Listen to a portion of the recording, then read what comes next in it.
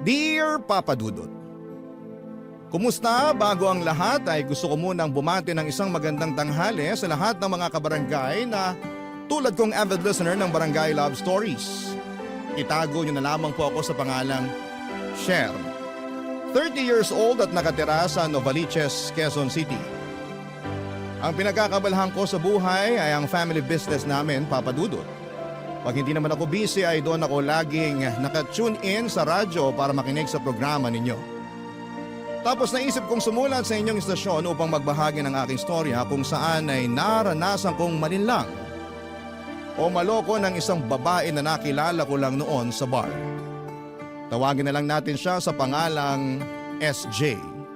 Taga Makati na ngayon ay nasa Isabela na. Nangyari ang lahat ng ito taong 2019 around February kung saan ay mahilig talaga akong lumabas-labas sa gabi para gumimik. May pagka-happy-go-lucky kasi ako at saktong wala akong karelasyon ng mga panahong yon. Kaya ini-enjoy ko ang pagiging single ko. Bukod doon ay may pera rin naman ako at magarang sasakyan. At hindi naman sa pagmamayabang, gwapo rin ako, Papa Dudut. Marami nagsasabi na artistahin daw ako at may kamukhang kilalang artista. Kaya hindi katakataka na mataas ang kumpiyansa ko sa aking sarili. Isang gabi nang nasa isang kilalang bar ako sa BGC ay nakita ko si SJ sa isang table kasama ang mga kaibigan niya. Katulad ko ay umiinom at nagkakasiyahan din sila. Nung medyo nakakainom na ako at nakapag-ipon ng lakas ng loob ay nilapitan ko siya upang makipagkilala, Papa Dudut.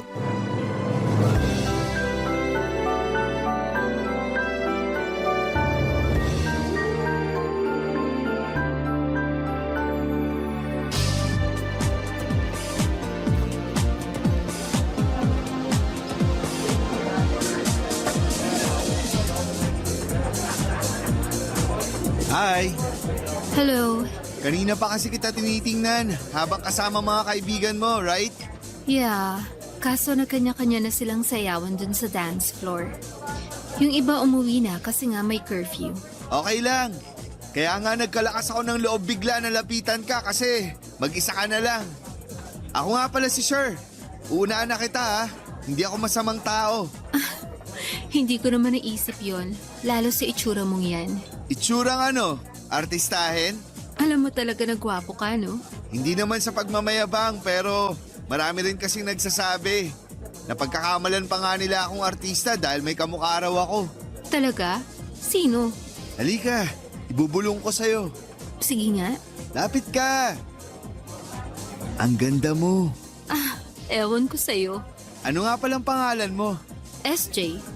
Halika, tabihan mo ako para makapagkwentuhan tayo. Sure ka? Oo, kaya halika na. Umupo ka na rito. Sige. Natanong ko lang naman kasi baka bumalik pa ang mga kaibigan mo. Tapos magulat sila na may kasama ka na. Eh ano naman kung bumalik sila at magulat? Eh hindi ko nga rin kilala yung mga kasayaw at kausap nila pero wala naman akong pakialam. Sa bagay, tama ka rin naman. Yeah, lagi talaga akong tama.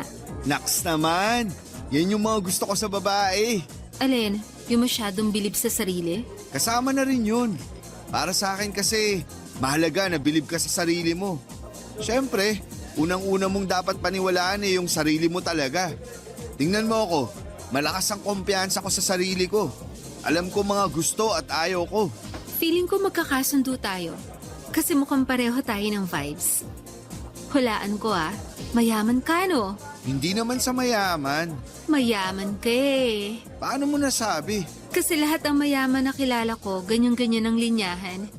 Yung sasabihin nila na hindi naman, pero limpak-limpak pala yung mga salapi. Kaya hindi ako naniniwala na hindi ka mayaman. Okay, aamin na ako. May kaya ang family namin. May sarili rin kaming business. At saka may mag-aara akong kotse dun sa labas. Wow, buti ka pa. Ako kasi walang dalang kotse. Bakit naman? Nakisabit lang ako sa mga kaibigan ko. At saka hindi talaga ako nagdadala ng kotse pag ganitong gumigimik. Akala ko dahil sinusundo ka ng boyfriend mo. Pauso ka. Bakit naman? Para lang sa kaalaman mo, wala akong boyfriend, no? Single ako. Hindi halata sa'yo. Sa ganda mong yan? Thank you. Pero wala nga sabi. Okay. Naniniwala naman ako. Nung una lang di ako makapaniwala kasi nga, naisip ko agad na taken ka na. Siguro kanina mo pa ako gustong lapitan at kausapin, no? Medyo. Nahihiya lang talaga ako kaya uminom muna ako para mag-ipon ng lakas ng loob. Tapos sakto, umalis yung mga kasama mo. Kaya sabi ko sa sarili ko, chance ko na to. Wow! Ikaw pa talaga yung nahiya. Kasasabi mo lang na malakas ang kumpiyansa mo sa sarili. Oo, pagdating sa ibang bagay. Hindi naman ako nangangagat. Unless gusto mo magpakagat. Ikaw ha?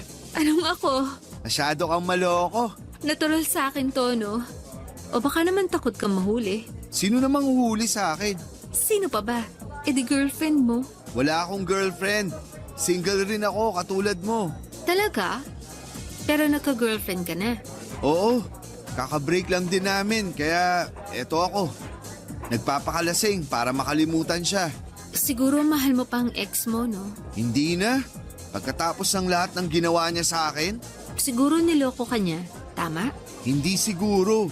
Kasi tama ka talaga. Dapat nga talaga nakalimutan mo na siya. Mga ganyan tao, hindi dapat natin binibigyan ng space sa puso at isip natin. Nangihinayang lang ako dun sa mga taon na naging kami.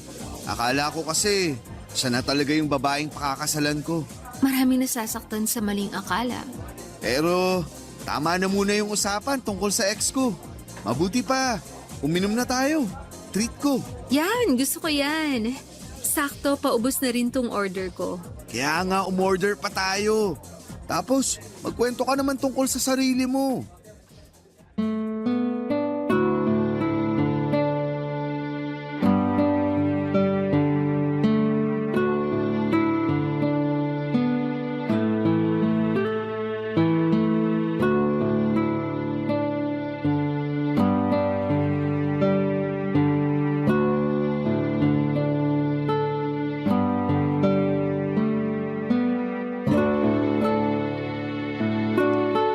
Papadudot akala ko ay hindi ako papansin or papansinin ni SJ noong nilapitan ko siya lalo't nakainom na ako ng mga panahong yon.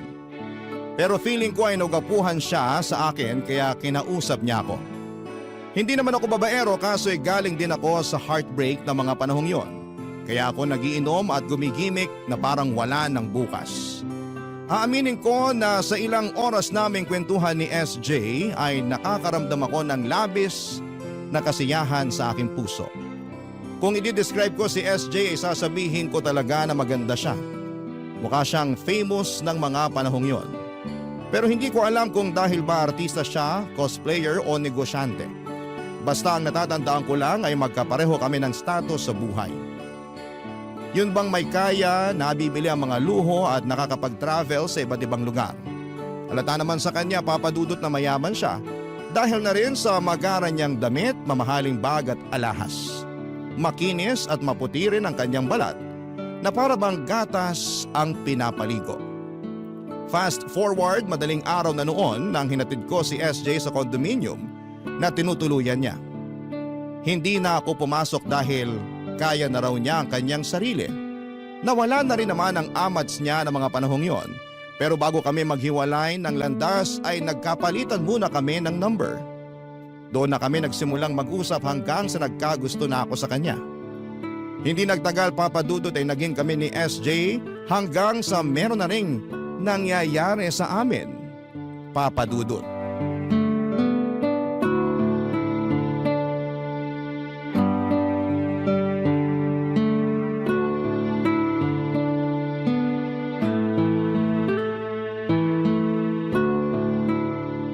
Kumusta? Napagod ba kita? Medyo. Nakakahingal ka masyado. Hindi ko kasi mapigilan na panggigilan ka. Lalo na yung... Ano ba, sure? Sorry. Sabi ko naman sa'yo nanggigigil ako eh. Oo, pero ipapaalala ko lang na katatapos lang natin Ilang rounds din yun, no? Pagod pa ako.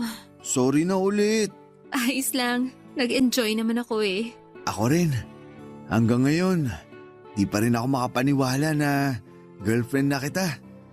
Nung una kasi na nagkakilala tayo, broken-hearted ako. Tapos, yun na pala ang simula na unti-unting mabubuo yung puso ko. Ikaw talaga, masyado mo akong pinapakilig sa mga sinasabi mo. Pero baka naman binubola mo lang ako Engot ko naman kung bobolahin kita. Kilala mo ako. Hindi ako marunong magsinungaling. Talaga? Oo, lalo na kung di naman kinakailangan. Sa bagay? Sige, naniniwala na ako sa sinabi mo. Sa itsura mong yan, sigurado na di lang ako ang nagkagusto sa'yo. Maraming nakakagusto. Pero, ikaw pa lang yung nagmahal sa akin ng totoo. Yung iba kasi, katawan ko lang ang habol sa akin. Kaya, hindi ko rin sila pinapatulan. Pero nung dumating ka sa buhay ko, pinaramdam mo sa akin na iba ka sa lahat. Wow! Ang sarap naman pakinggan yan. Kaya lang may problema ako. Ano yun? Wag na, nahihiya akong sabihin sa'yo. SJ, baka nakakalimutan mong boyfriend mo ko. Karapatan kong malaman yung mga nangyayari sa'yo para matulungan kita. Oo nga, kaso hindi ko talaga mapigilang mahiya. Bakit? Teka, wag mong sabihin buntis ka ha? Nabuntis na ba kita? Sira, hindi ako buntis. Makasira ka naman dyan. Bakit? Ayaw mo bang magka-baby tayo? Gusto, pero hindi pa ngayon. Tsaka na. Sa bagay, mahirap din magka-baby kasi di na natin magagawa yung mga gusto nating gawin. Oo, may panggastos naman tayo para sa pangangailangan ng magiging anak natin. Kaso, nakakapagod din mag-alaga. Hindi pa ako handang mapuyat at magpalit ng diaper. Ang layo naman agad ng narating mo. Sinasabi ko lang naman yung naisip ko. Pero tama ka, medyo lumayo na nga ako sa topic. Ano ba kasi yung problema mo?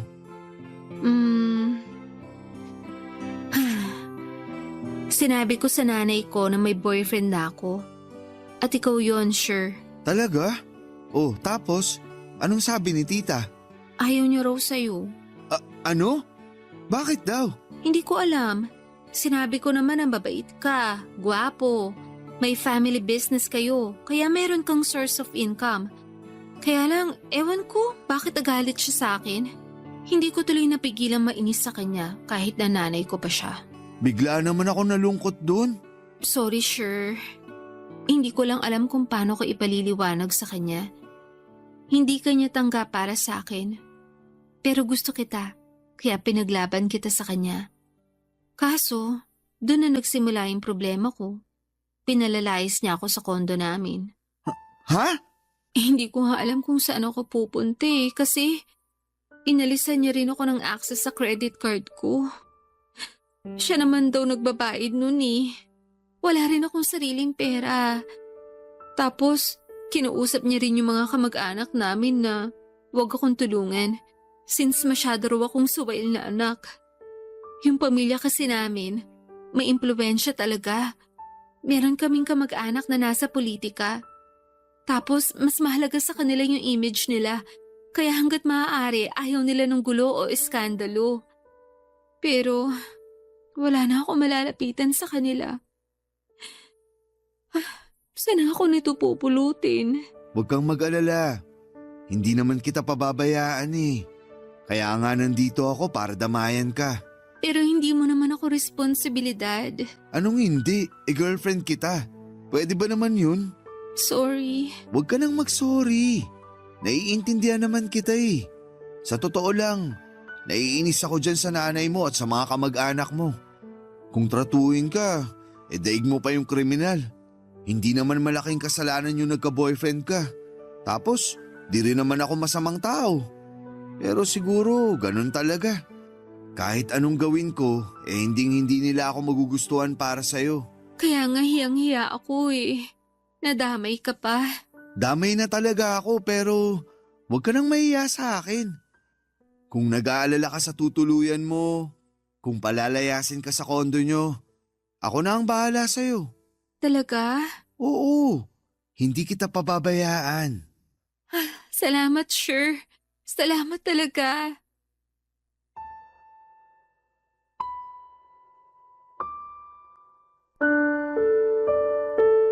Papadudod, sobrang naapektuhan ako dahil hindi boto sa akin ang nanay niya. Kaya gusto nitong itakwil at palayasin sa tinitirhan nilang condominium ang girlfriend kong si SJ. At nung pinalayas na nga siya, ay ako ang sumundo sa kanya at tumulong maghakot ng mga gamit at damit niya. Pero lahat ng yon ay patago naming ginawa dahil ayaw niya ng gulo. Sakaling makita raw ako ng nanay niya. Hindi na ako nagtanong kung ano-ano pa kasi nga ay naiisip ko lang noon na mahahanapan niya ng butas ang lahat.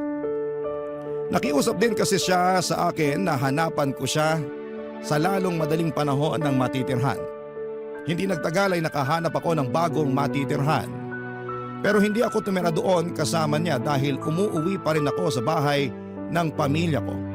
Bali ako lang ang nagbabayad ng renta niya at nagpo-provide ng pagkain at iba pa niyang pangangailangan. Dahil kasi sa paglalayas at pagtatakwil sa kanya ng nanay niya, parang ibong nabalian ng pakpak si SJ. Wala siyang sariling pera at bilang boyfriend niya, ayoko naman na pabayaan na lamang siya. Barangay Love Stories. Barangay Love Stories. Papadudot ako ang naging responsable sa pag-aalaga kay SJ matapos siyang itakwil ng nanay niya at palayasin sa kondo nila. Lagi ko siyang dinadalaw sa tinitirhan niya para hindi siya malungkot at hindi niya maramdamang nag-iisa siya. Dahil wala pa siyang source of income, ay binibigyan ko siya ng pera, nasa 20,000 din yon per week, para may pambili siya ng mga bagay na gusto niya. Alam ko na maraming nagsasabi sa inyo na baka nagpapauto lamang ako kay SJ. Dahil kakikilala lang naman namin at mabilis lang din ang naging proseso ng pagiging mag-o namin. Pero para sa akin ay mahal ko siya, Papa Dudut, at wala akong hindi kayang gawin alang-alang sa babaeng mahal ko. Kaya lang aminado ako na mababaw pa ang pagkakakilala ko sa kanya. Kumbaga sa bunga ay hilaw pa, at sa totoo lang kahit na girlfriend ko na siya, ay marami pa rin akong hindi nalalaman tungkol sa kanya, Papa Dudut.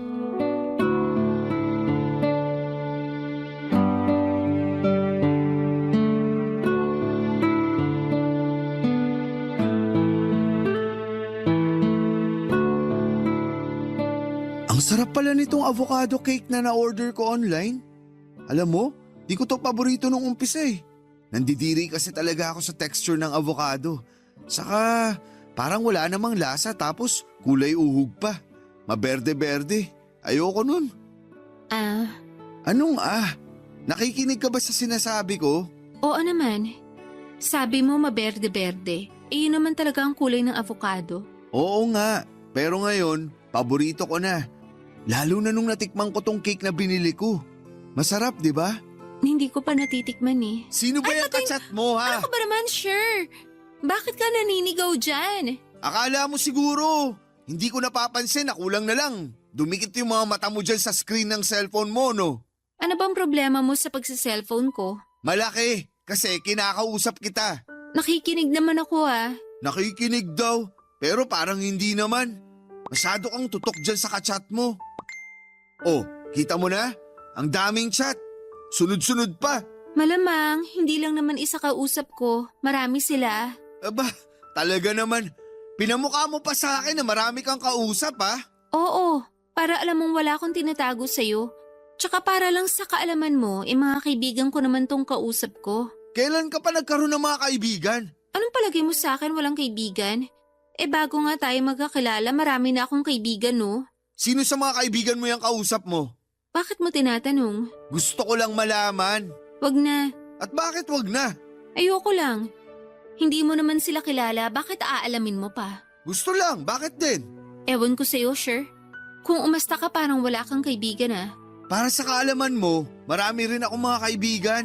So, wala ka lang talagang tiwala sa akin. Ha?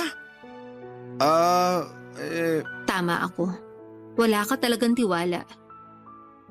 Grabe, nakakasama ka ng loob. Hindi naman sa walang tiwala. Di yun ganun. Paano di magiging ganun? Sinabi ko na nga ng mga kaibigan ko tong kachat ko eh. Pero gusto mo pa rin makita. Kung hindi pa naman walang tiwala ang tawag doon, di ba? Hindi nga ganun yun. Saka may tiwala ako sa'yo. Pero hindi yun ang nararamdaman ko. Lalo na sa pinaramdam mo sa akin ngayon. SJ naman. Para lang sa kaalaman mo, matino akong tao. At saka mahal kita. Bakit naman kita ipagpapalit sa iba, di ba? Sorry na. Hindi ko naman sinasadya. Hindi raw sinasadya. E di inamin mo nga na wala kang tiwala sa akin. Meron, pero syempre gusto ko lang din makilala yung mga kaibigan mo. Mahalaga sa akin yun dahil girlfriend kita. Hindi mo naman sila kailangan makilala eh. Hindi porke tayo dapat pareho tayo ng kaibigan. Nakakasakal kaya yun? Sa bagay, tama ka rin naman. Kaya nga hayaan mo na akong kausapin yung mga kaibigan ko. Pero pwede bang mag-request? Ano yun? Mamaya mo na sila kausapin. Ako muna pansinin mo. Ay naku, kulang ka lang pala sa lambing eh. Medyo. Di mo pa kasi tinitikman yung cake na dala ko. Kanina ka pa busy sa cellphone mo. Kaya nagtampo na ako. Titikman ko naman yan eh. Huwag ka na magtampo. Nagtatampo pa rin ako. Hindi mo pa binababa yung cellphone mo eh. Oh, sige na, ibababa na. Oh, masaya ka na? Mas magiging masaya ako kung kakandong ka sa akin habang sinusubuan kita ng cake. Ang dami mo namang gusto. Ikaw lang kaya ang gusto ko. Bolero. Kakandong ka ba o hindi? Bakit kasi kailangan pang nakakandong? At saka kaya ka namang kumain na mag-isa eh. Hindi mo na ako kailangang subuan. Alam ko naman yun. Pero naglalambing nga yung tao, di ba? Ibang klase ka rin maglambing ah. Ginagawa mo kong baldado.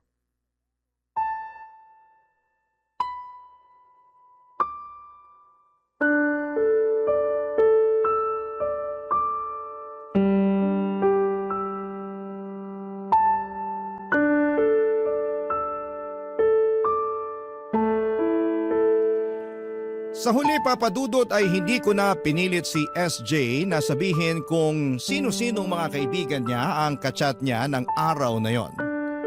Nakikita ko na kasi na nagbago na ang mood niya at umiiba na ang itsura niya ng kanyang mukha. Nagtataray na rin siya kaya alam ko na ang kasunod noon. Sa pagkakatanda ko ay hindi pa kami nagkaroon ng matinding away ni SJ at ayoko namang humantong yon.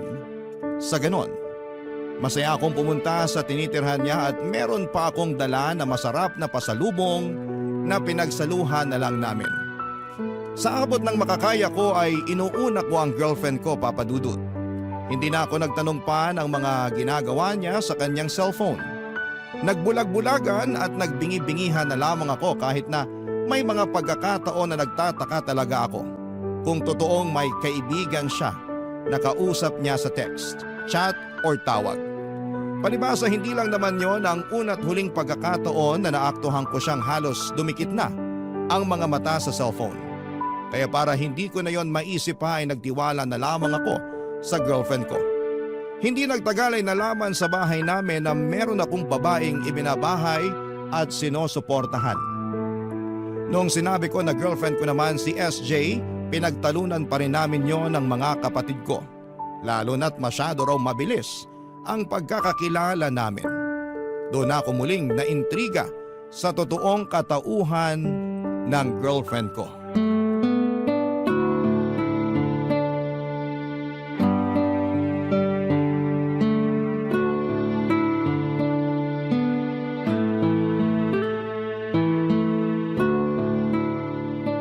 Ilan ang gusto mong maging anak natin pag kinasal na tayo? Ha? Ang random naman ang tanong mo? Random ba yun? Oo, kasi hindi ko akalain na magtatanong ka ng ganyan sa akin. Siyempre, naisip ko lang naman na habang maaga nagpaplano na tayo. Bakit? May plano ka na bang pakasalan ako? As in, agad-agad? Wala pa naman, pero... Wala pa naman pala eh. Pero may plano akong pakasalan ka, siyempre. Kailangan na ba agad magkaanak tayo pagkatapos nating makasal? Hindi ba pwedeng pagkalipas na lang ng 1 taon? Pwede naman, pero bakit? Siyempre, gusto ko pang ma-enjoy yung tayo munang dalawa na mag-asawa. Gusto kong pumunta muna tayo sa iba't ibang lugar na walang iniisip na iba. Pag nagka-baby kasi agad tayo, siguradong mapipirme tayo sa bahay. Lalo na ako, since ako yung nanay. Sa bagay, tama ka nga naman. Oo, buti ka nga makakapunta pa sa iba't ibang lugar kung kailan mo gusto. Pero ako, naku, hindi na. Tsaka paano kung cesarean ako? edi mas may hirap ng kumilos-kilos. Ganun ba talaga pag cesarean? Oo, kasi yun ang laging bukang bibig ng nanay ko. Cesarean yun sa akin. At pag kinukwento niya kung gaano siya nahirapan nun sa panganganak sa akin, nararamdaman ko na parang ang laki ng kasalanan ko sa kanya. Naisip ko pa nga na sana hindi na lang niya ako pinanganak para hindi niya naranasan yun. Ganyan ba talagang klase ng tao ang nanay mo? Bakit mo naman natanong? Wala lang. Curious lang since nagawa ka nga niyang palayasin at itakwil. Oo, ganun siya. Perfectionist din at saka istrikta. Basta, hindi siya katulad ng ibang nanay ng mga kaibigan ko na mabait at supportive sa mga anak nila. Yung nanay ko parang napilitan lang na maging nanay eh. Nagkaanak lang para matawag na nanay. Pero hindi naman nagpapakananay. Nakakalungkot naman. Tanggap ko na. Kung ayaw niya sa akin, edi mas ayaw ko rin sa kanya. Grabe naman. Alam kong hindi mo ko maiintindihan. Kasi mabait ang nanay mo. Naiintindihan naman kita. Pwede ba? Huwag na natin pag-usapan yung nanay kong yun. Pag kasi naaalala ko siya parang sumisikip ang dibdib ko. Kahit natanggap ko na ayaw niya sa akin, hindi ko pa rin mapigilang mapatanong sa sarili ko kung anong ginawa ko sa kanya para ayawan niya ako. Anong sabi nung tatay mo? Hindi ba siya kumontra nung pinaalis at itinakwil ka ng nanay mo? Bakit mo naman tinatanong yan? Wala lang. Curious lang. Curious ka rin sa nanay ko eh. Yung totoo, sure. Yung totoo?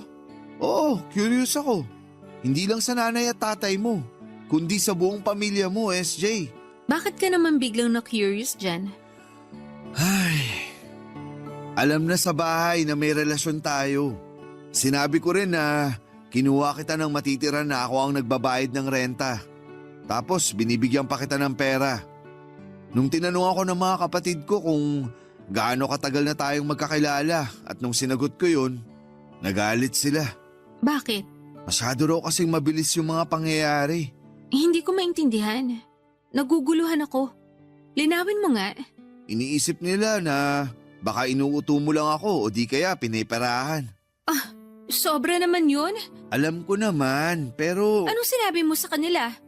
Don't tell me hindi mo man lang ako pinagtanggol ah. Siyempre pinagtanggol kita, ano? Hindi ko naman hahayaan na pagsalitaan ka nila ng masama. Pinagsalitaan na nila ako ng masama nung sinabi nilang inuuto at pineperahan kita. Hindi mo naman sila masisisi kasi nga masyadong mabilis na naging tayo. Kumbaga, kakakilala lang natin nung February. Bakit? Dapat ba pinapatagal pa yon kung mahal naman natin ang isa't isa? Hindi naman sa ganun. Hindi raw. Pero yun ang nakikita ko eh. Siguro, gusto ko lang din makilala ng pamilya ko. Lalo na yung mga kapatid ko. Kasalanan ko rin naman dahil di pa kita sinasama sa bahay. Masyado kasing maraming nangyari. Saka ako rin naman, gusto kong masalo ka pang makilala. Ang alam ko lang sa'yo yung tungkol sa nanay mong nagtakwil sa'yo. Sa palagay mo, anong iisipin ng pamilya mo pag nalaman nilang tinakwil ako ng nanay ko? Wala ka namang ginawang masama. Pinaglaban mo lang yung pagmamahalan natin. Masaya nga ako na ako yung pinili mo eh. Saka kung tungkol naman sa sasabihin ng pamilya ko, huwag kang mag-alala dahil di naman sila masasamang tao. Sinabi ko rin sa kanila yung rason kung bakit kita binahay at tinutulungan. Pwede naman tayo mag-usap ng ibang bagay. Huwag na lang ang tungkol sa pamilya ko. Papadudot, wala naman akong masamang intensyon noong tinanong ko si SJ tungkol sa nanay na nagtakwil sa kanya. Sa pagkakaalam ko kasi ay hindi ganon ang mga nanay. Kumbaga walang magulang ang maghahangad na mapasama ang kanilang mga anak. Pero pwede rin namang mali ako dahil hindi lahat ng magulang ay pare-parehong kapakanan ng kanilang mga anak ang iniisip. Meron ding mga magulang na makasarili katulad na lamang ng nanay ng girlfriend ko. Kaya siguro ganoon na lamang ang tampo niya rito.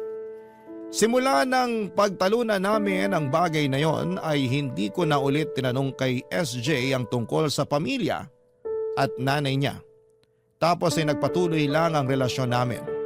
Kumbaga sa tubig na malayang umaagos ay naging go with the flow na lamang ako.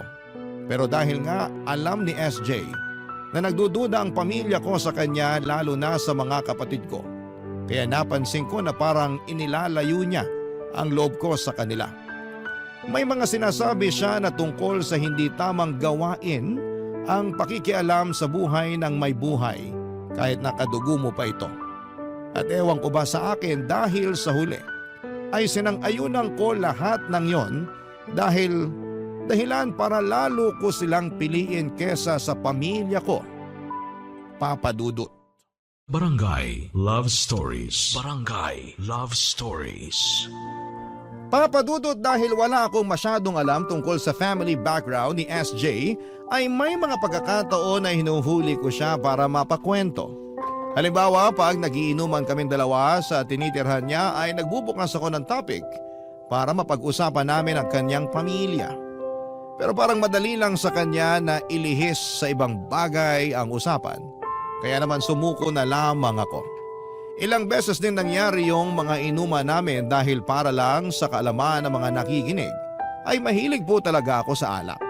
Umiinom nga akong mag-isa sa mga bar sa Tomas Morato dati. Fast forward. Napagdesisyonan namin ni SJ na tumira na sa bahay namin. Naisip ko rin kasi na bago niya pa kami mapagwatak-watak ng pamilya ko, ako na mismo ang maglalapit sa kanila sa isa't isa. Sa ganong paraan ay makakatipid din ako dahil hindi ko na kailangang magbayad ng renta buwan-buwan sa tinitirhan ni SJ. At totoo nga ang kasabihan na mas makikilala mo ang ugali ng isang tao kapag nakasama mo na siya sa iisang bubong. Sa pagpapatuloy ng pagsasama namin ni SJ, nadiskubre ko ang pagiging maldita ng ugali niya, Papa Dudut. Masamang sabihin pero parang inalipin niya ako sa sarili naming pamamahay. Ako naman si Tanga ay masyadong naging sunod-sunuran sa kanya. Siguro ay paniwalang-paniwala talaga ako na mahal ko siya kahit na sakal na ako sa aming pagsasama. Tumira si SJ sa bahay simula noong pandemic at nagtagal yon ng halos 1 taon at kalahati. Habang nasa bahay namin siya ay nabuntis ko ang girlfriend ko, Papa Dudut.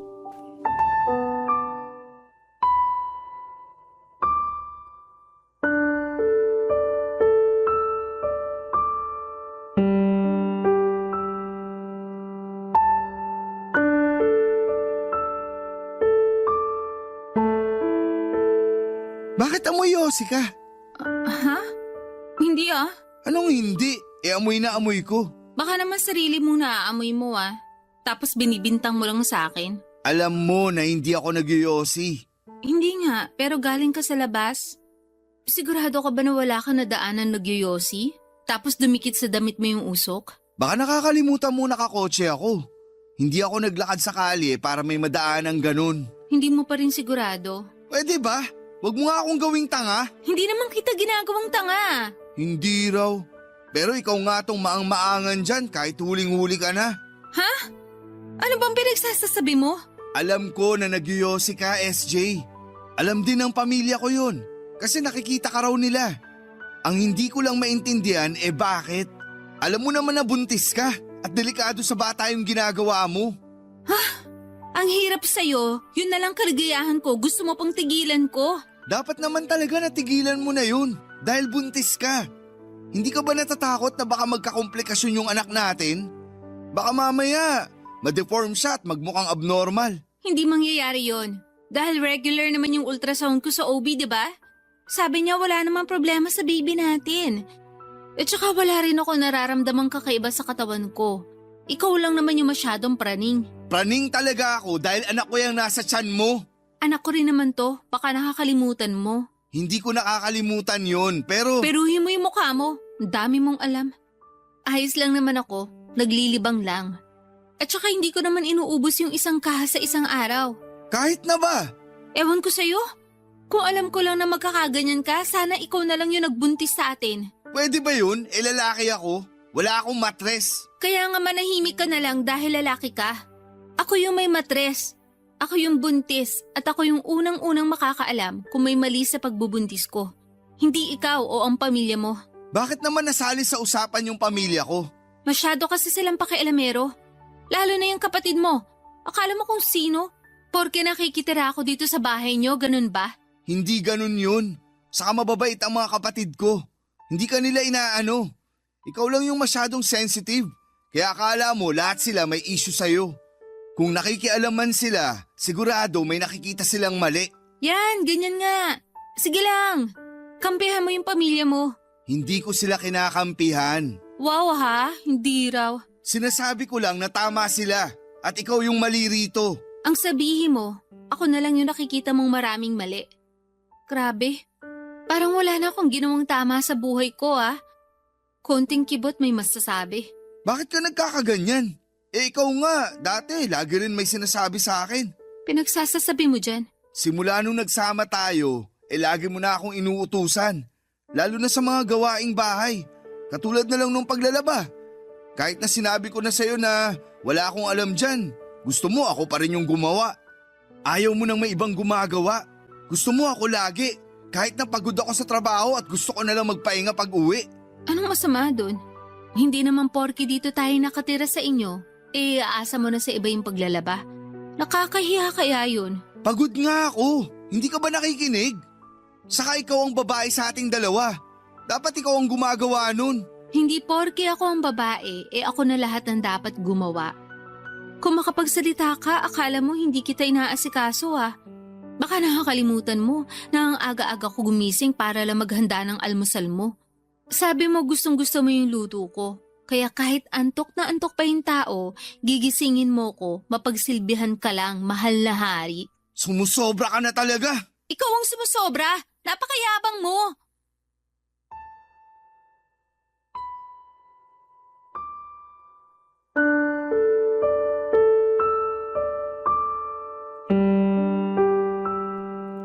Papadudot, hindi yon ang unang beses na napansin kong hindi iniingatan ni SJ ang pagbubuntis niya.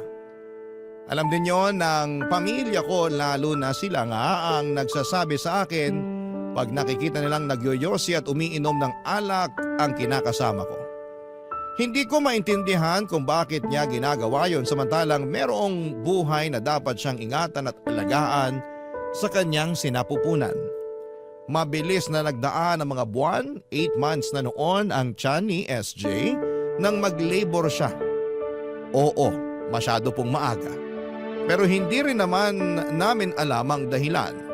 Tandang-tanda ko pa na sinugod ko kagad siya noon sa ospital.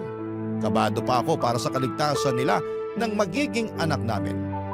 Nung may hatid ko na siya sa delivery room, naghintay ako sa pasilyo ng ospital. Inip na inip ako ng mga panahong yon.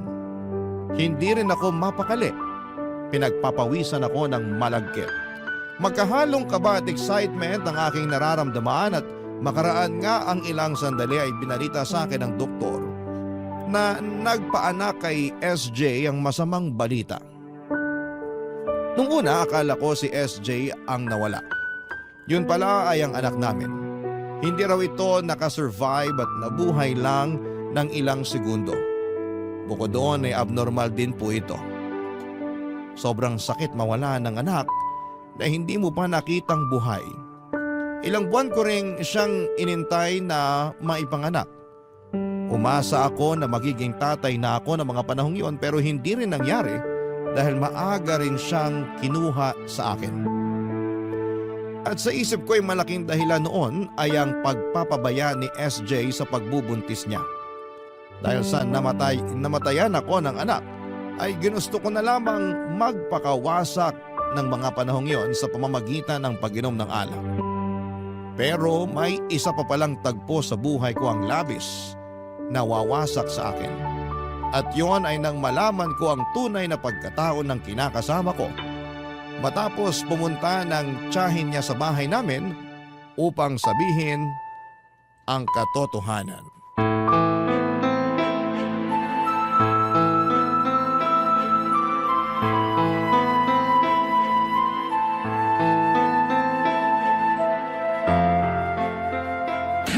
Buhay naman to! Huminahon ka nga muna. Mauubos mo na yung pinggan nyo Wala akong pakialam. Mura lang naman yung mga pinggan Saka kesa naman mukha mo yung basagin ko. Sobra ka naman. Ako pa talagang sobra? Ikaw nga yung sumusobra na. Kapal na mukha mo, SJ. Nuknukan ka ng sinungaling. Matanong nga lang kita, Minahal mo ba talaga ako? Oo naman, minahal kita. Nagsama nga tayo at nagka-baby, di ba? Nagka-baby nga, pero di naman nabuhay dahil sa kapabayaan mo. Kawawa naman yung anak ko. Wala naman akong kasalanan nun. Hindi lang talaga siya para sa atin. Anong hindi para sa atin? Ang sabihin mo, ayaw mo sa kanya, kaya pinatay mo siya. Hini-hinay ka sa mga sinasabi mo ah. Bakit ako maghihinay-hinay? Kasi nasasaktan din ako. Wow! Marunong ka palang masaktan? Oo naman. Palagay mo sa akin hindi tao? Oo, hindi ka tao dahil wala kang puso. Ano pang ginagawa mo rito sa pamamahay ko? Bakit hindi ka pa sumama sa tiyahin mo kanina? Bakit naman ako sasama sa kanya dito ako nakatira? Hindi ka na rito nakatira simula nang malaman ko yung totoo. Alin bang totoo yung pinagsasasabi mo dyan? Ayan ka na naman eh. Pinagmumukha mo na naman akong tanga. Kung yung mga sinabi ng tiyahin ko yung sinasabi mong totoo, ako na mismo nagsasabi sa'yo na nuknukan yun ng sinungaling. Tinakwil nga yun ng mga kamag-anak namin dahil daig pa niya yung mga writers sa galing magtahi ng kwento. Ikaw ang magaling magtahi ng kwento kasi napaniwala mo ako. At hindi lang ako dahil pati pamilya ko niloko mo. Sure naman. Huwag mo namang sabihin sa akin yan. Matagal na tayo eh. Ngayon mo pa ba ako pagdududahan? Matagal na nga tayo. Pero mabibilang lang sa mga daliri ko yung nalalaman ko sa'yo. Lalong-lalo na sa pamilya mo. Kung hindi pa pumunta rito yung tiyahin mo, hindi ko pa malalaman na nagsisinungaling ka lang sa akin tungkol sa totoo mong pagkatao. Paano mo nagawa sa akin yun, SJ? Pinagkatiwalaan kita. Minahal. Sinunod ko lahat ng gusto mo. Hindi kita pinabayaan. Sinuportahan kita. Naging masunurin ako sa'yo kahit minsan unfair ka na sa akin. Pinagtanggol kita sa pamilya ko. Tinira kita rito sa bahay namin dahil gusto kong makilala ka nila ng gusto. Gusto kong maging close kayo. Kasi di naman sila masasamang tao para paglayuin mo kami sa isa't isa. Pero anong ginawa mo? Niloko mo ako. Minahal din naman kita. At hanggang ngayon, mahal na mahal pa rin kita. Hindi kita niloko. Hindi mo na ako mauuto kahit na ano pang sabihin mo. Alam ko sa puso ko na niloloko mo ko simula noon hanggang ngayon. Masyado lang akong tanga sa pagmamahal ko sa'yo. Kaya hinayaan kong pumasok ka sa buhay ko ng ganun kabilis. Ni hindi na nga kita kinilala ng gusto dahil akala ko mapagkakatiwalaan kita. Pero matapos sabihin sa akin ng tiyahin mo kung sino ka talaga, dun ko na-realize ang lahat-lahat ng mga bagay na ginawa mo nun na pinalagpas ko lang. Napakasama mo, SJ. Nuknukan ka ng sinungaling. Sorry. Pasensya na kung may hindi ako nasabi sa'yo. Pero natakot lang naman ako na hindi mo ako tanggapin eh. Natakot ako na baka iwan mo ako pag nalaman mo yung totoo. Kaya pinangatawanan ko na lang yung ginawa kong kwento. Anong gusto mong gawin ko? Magpasalamat kasi nauto mo ako? Hindi naman sa ganun. Ganun na rin yun. Share naman eh. Makinig ka muna sa akin. Ano pa bang sasabihin mo? Marami. Ayoko nang makinig sa'yo. Dahil alam ko, wala namang matinong lalabas dyan sa bibig mo, kundi puro kasinungalingan. Hindi na ako magsisinungaling sa'yo, promise. Sa'yo na lang yung promise mo. Hindi na ako maniniwala sa'yo. Mabuti pa, mag-impake ka na ng mga damit at gamit mo. Ha? Bakit? Anong bakit? Malamang palalayasin na kita. Pero saan ako pupunta pag ginawa mo yun? Ewan ko, problema ko pa rin ba yun? Please, wag mo namang gawin sa akin to. Wag mo akong palayasin. Wala na akong mapupuntahan. Wala akong pakialam. Ayoko na makialam. Bahala ka na sa buhay mo. Saka marami ka namang pupuntahan. Balikan mo yung ex mo dun sa kondo niya. Sa kanya ka na lang magmakaawa dahil baka maawa pa siya sa'yo. Ayoko nga. Alam mo namang matagal na kaming hiwalay, di ba? Matagal daw na hiwalay. Pero nakikipag-usap ka pa nga sa kanya. At meron pa rin nangyayari sa inyo. Ha? Wag mo na akong gawing tanga. Lalo lang ako napipikon sa pagmumukha mo eh. Mabuti pa, umalis ka na. Bago pa kita kalad ka rin palabas. Maawa ka naman sa sarili mo. Mahiya ka naman kahit paano.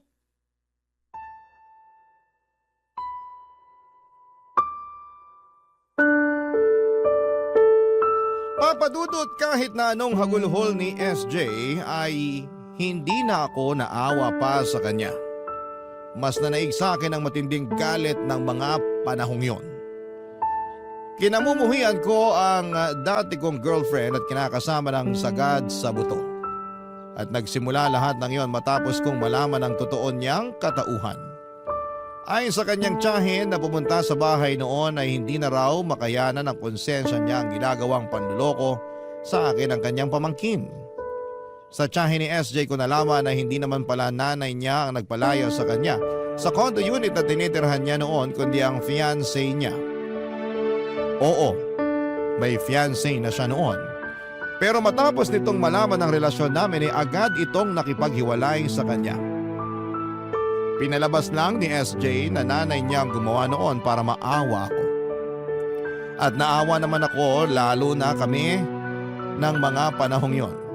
Nalaman ko rin na hindi siya ang totoong mayaman. Wala siyang kamag-anak sa politika at wala rin silang family business tulad namin dahil mahirap lamang sila. Galing pala siya sa probinsya at nakatira lang sa squatter. Lumayas lang siya sa Manila para magtrabaho pero ibang trabaho pala ang ibig sabihin ng tiyahin niya.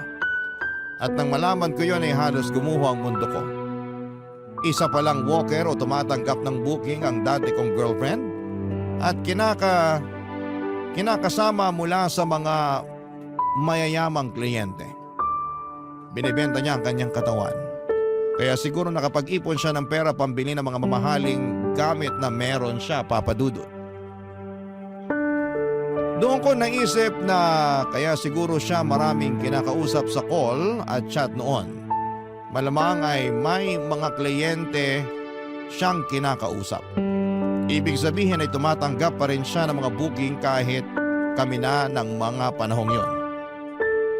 Hindi ko maipaliwanag yung sama ng loob at matinding galit na nararamdaman ko para kay SJ. Nagtangka pa nga akong magpakamatay noon. Pero buti na lamang at buhay pa rin ako hanggang sa ngayon. Sobrang lala talaga ng panlolokong ginawa niya sa akin at aminado po ako na hindi ko alam kung paano pa babangon. Pero mabuti na lang at naawa pa rin sa akin ng langit dahil nagsilbi na lamang na mapait na araw sa buhay ko ang mga karanasang yun. Sa kasalukuyan ay may girlfriend na ako na mas matanda sa akin. Mas mabait siya kesa kay SJ at open kami sa isa't isa. Nakwento ko na rin sa kanyang tungkol sa ginawa sa akin ng dati kong girlfriend at kinakasama. Masasabi ko na meron akong peace of mind sa aming relasyon sa ngayon.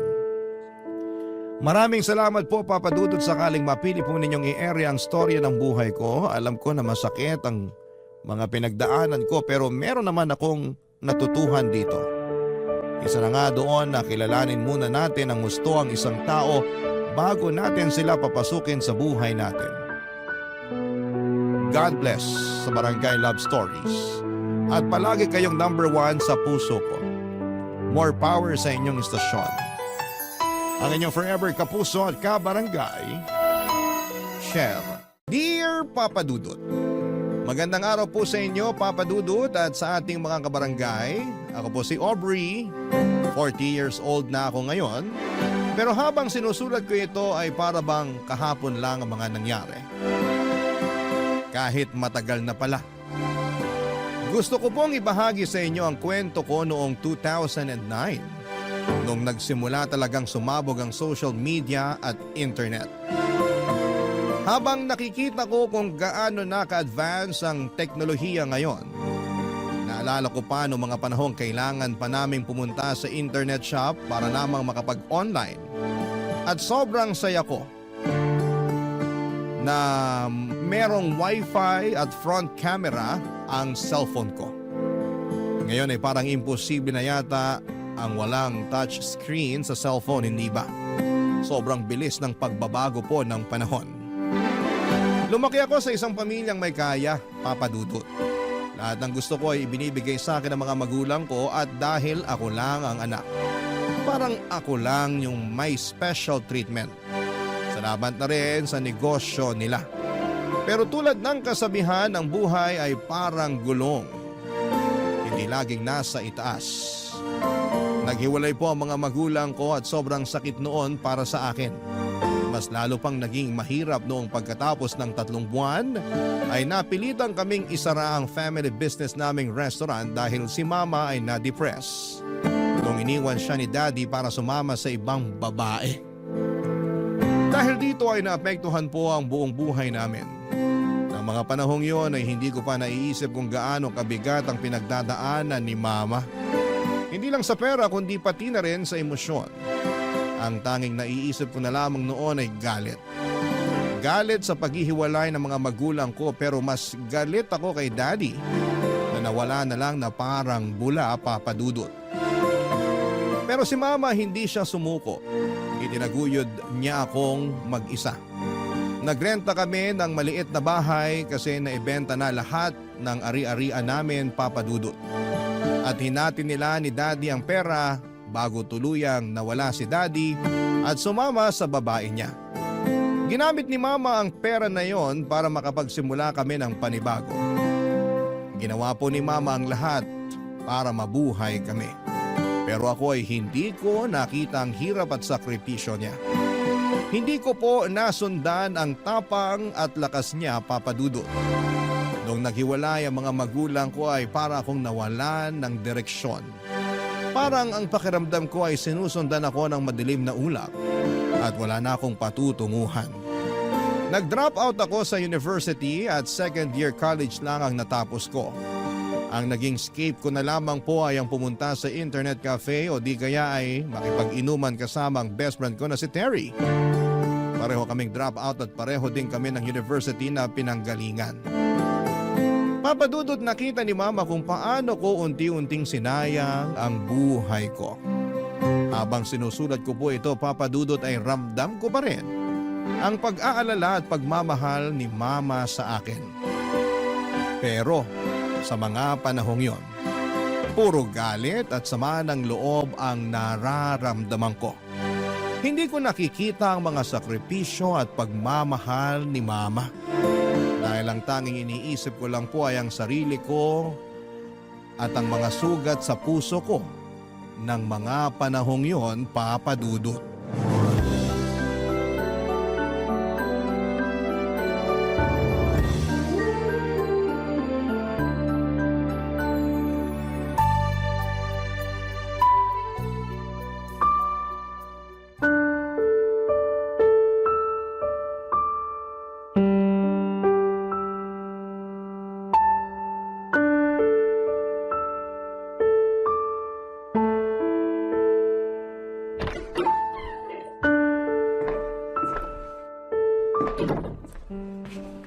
Saan ka na naman galing? Pati yung ka lang? Oras na ng gabi, Aubrey! Papatayin mo ba ako sa nervyos, babae ka?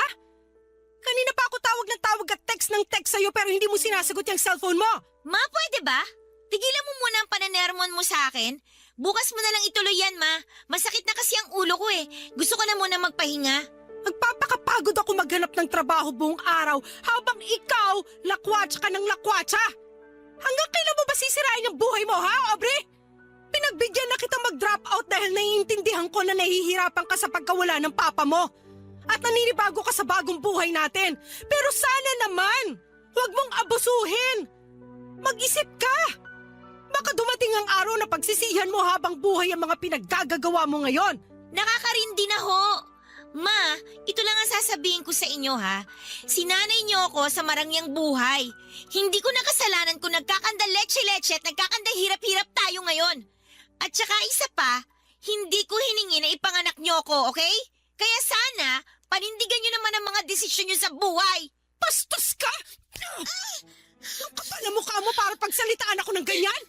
Oo, may karapatan ka masaktan kasi hindi mo kasalanan na nangyari sa amin ng papa mo. At hindi mo deserve na pagdaanan ng pakiramdam ng isang broken family. Pero Aubrey, hindi yun sapat na rason para bastusin mo ako ng ganyan. Sana makita mo kung gaano ako nagpapakahirap para sa'yo. Hindi pang habang buhay yung pera na nakuha ko sa benta ng mga lupa, lalo na ngayon at naghahanap pa lang ako ng trabaho. Tama na! Punong-puno na ako! Simula ngayon, kukunin ko na lahat ng ATM cards mo. At sa susunod na semester, mag-enroll ka na!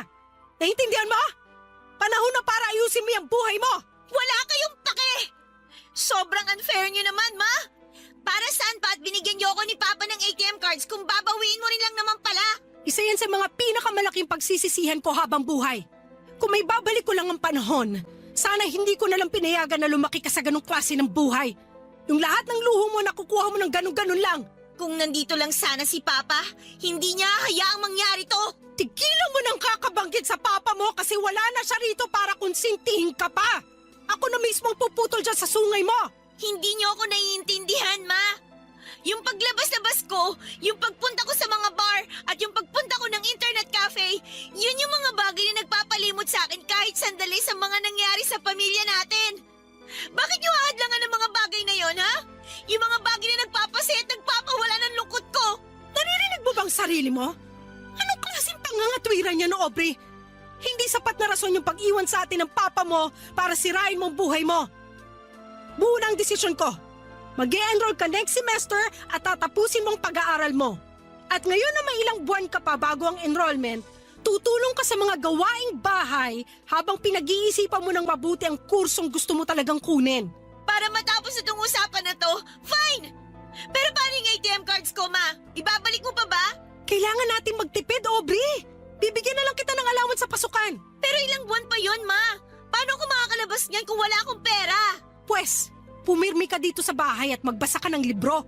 Hindi nakakatulong yung paglabas-labas mo sa mga gastusin natin. At isa pa, akala mo ba na hindi ko napapansin na natututunan mo na akong sagot-sagutin? Simula nung napapadalas na yung paglabas-labas mo? Kung sino man yung mga kaibigan mong yan, sinasabi ko sa'yo, putulin mo ng ugnayan mo dyan. Mapapasama ka lang. Ang dami niyong gustong mangyari. Eh di sige, mag-e-enroll ako next semester kung yun ang ikakasaya niyo. Mabuti naman kung ganon. Sige na, pumasok ka na sa kwarto mo. Noong mga panahong yon, Papa Dudut, ay wala talaga sa isipan ko ang mag-enroll sa susunod na semester. Sinabi ko lang yon para matapos na ang usapan namin ni Mama. Ilang linggo ang nakalipas, nakahanap si Mama ng trabaho bilang hotel manager. Gabing-gabi na siyang umuuwi kaya madalas akong mag-isa sa bahay. Para bang walang ibang kasama kundi ang mga tahimik na pader. Parang bigla na lamang naging mas tahimik at malungkot ang buong mundo ko. Wala na akong natatanggap na pera mula kay Mama kaya hindi ko na kayang makipagsabayan sa mga inuman. Kadalasan si Terry na lamang ang kasama ko at doon kami madalas magkita sa isang maliit na internet cafe.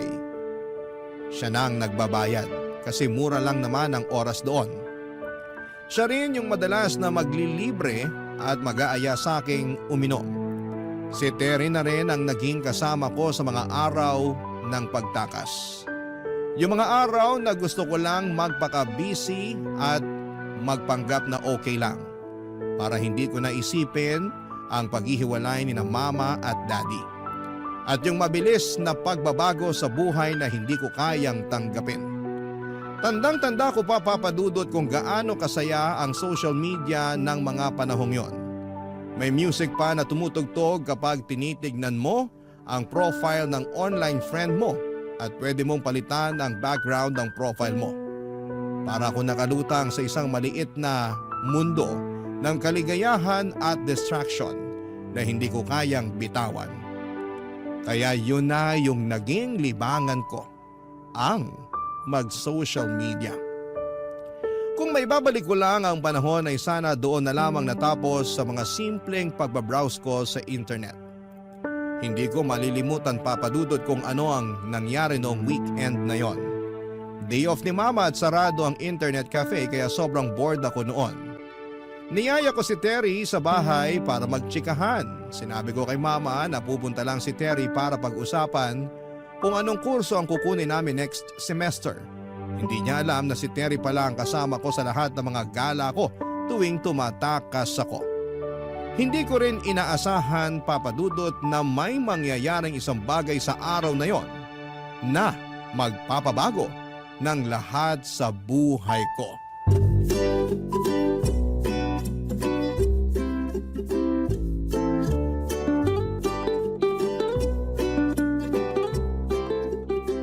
Dito na muna tayo habang nagluluto pa si Mama. Yung remote ng TV nasa ibabaw ng cabinet. Mamili ka na lang ng gusto mong channel. Teka lang, ba't nga pala may dala-dala kang bag? Nagbebenta ka na ba ng encyclopedia? Luka-luka, may dala ako na sigurado akong ikakatuwa mo. Surprise! May dala akong laptop. Shucks, buksan mo na yan, dali. Tapos palagi na ko, ha? Magpapalit ako ng background dun sa account ko. Nakakaumay din kasi yung pink na background sa account ko. Gusto ko violet naman. Papalitan ko na rin ng music yung account ko. Girl, di ka pa ba nagsasawa kaka-social media mo? May mas maganda akong suggestion. Ano naman yung mas magandang sinasabi mo? Try mo kaya mag-register sa dating website. Tutal, maganda ka naman at magaling ka pa mag-English. Sigurado akong hindi ka mahirapan makipag-chat sa mga foreigner. Sira, wala akong balak magpakasal sa foreigner, no? At isa pa, ayoko maniraan sa ibang bansa. Bakit ko naman pahihirapan ang sarili ko doon kung pwede naman mag-enjoy dito sa Pilipinas? Ikaw na lang, idadamay mo pa ako sa kalokohan mo eh. Kung kasing ganda lang kita at kung magaling lang sana ako mag-English, matagal na akong gumawa ng account, girl. Pero anyway, andito na to. Sayang naman yung beauty mo. Pakinabangan na natin. Wala namang mawawala kung susubukan mo lang, di ba? Sige na. Bahala ka nga. Yan, ganyan. Tapos na. Ayan na ang account mo. Pero wait, kailangan natin lagyan ng magandang profile picture to. Sandali lang. Ano na naman ba yan, Terry? Ba't ka may daladalang digicam? Girl, lagi ako may dalang digicam, no? Ang pangit kaya ng camera quality ng cellphone ko. 2 megapixels lang. Wala pang flash. Kaloka. Di bale, on na yung digicam. Post ka na, dali. O, kunan na kita ha. 1, 2, 3. Ayan, okay na yan. O girl, gawin ko lang ng hocus-pocus to. Kalma ka lang muna dyan. Nai-transfer ko na yung picture mo sa laptop. Na-update ko na rin yung profile picture mo. Ganda? Kain na! Ano bang pinagkakaabalahan nyo dyan? Wala to, ma. Nag-research lang kami ni Terry ng magandang universities na pwede namin pasukan next semester. Tama yan. Importante na makapagtapos kayo ng pag-aaral. Mas marami kayong trabaho na pwedeng pagpilian pag nakapagtapos kayo. Yan ang lagi niyong tatandaan. O siya, kakain na tayo. Sumunod na kayo. Si mama talaga kahit kailan. Parang naglalakad na commercial. Storbo. Huy, may message ka. Hi, I'm Michael. How are you? Grabe, nakaka-excite. Nako, panindigan mo yan ha. Sinabi ko naman sa'yo na ayoko mag-online dating, di ba? Girl, wag ka nang maarte. Replyan mo na. Sarap mo talagang batukan. Sige na, ito na. Magta-type na. I'm okay. And you? O yan, sent. Patingin nga. Oh my gosh, girl! Tingnan mo tong inbox mo. 40 messages na. Di pa nga nag-iisang oras simula nang ginawa natin tong account mo, ha? Blockbuster ka, girl! Ay, totoong messages pala yan? Kala ko chainmail eh. Baliw! May chainmail bang nangungumusta sa'yo? Oh, eto isa. Sabi nito, maganda ka raw. Alam ko. Sira ka talaga. Ayusin mo na kasi reply mo sa mga yan para may pang-alak at tsibog tayo. Ha? Ano ibig mo sabihin? Seryoso ka? Nagbibigay ng pera tong mga to? Girl, oo. Yan ang sideline ng mga kapitbahay namin. Huli ka na talaga sa balita. Isipin mo to ha, wala ka nang natatanggap na pera galing sa mama mo. Extra income din yan kung sakasakali. Magagawa mo na ang mga bagay na di mo magawa-gawa dati dahil hindi ka na nabibigyan ng allowance. Try mo lang. Makipag-chat ka sa mga yan. Tas bigyan mo ng magandang alibay. Masubukan nga. Tingnan nga natin. O eto.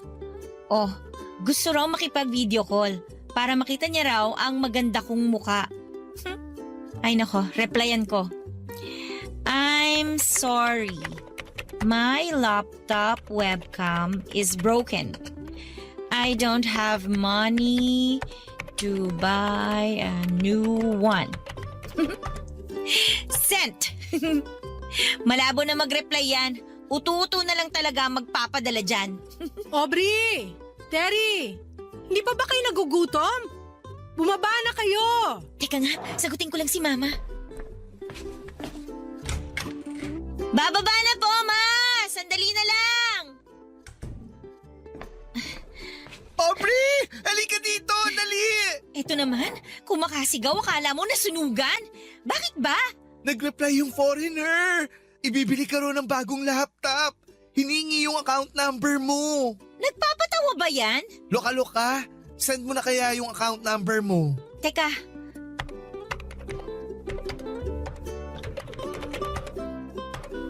O yan, sent na. Mag-login ka sa online banking mo. Dali!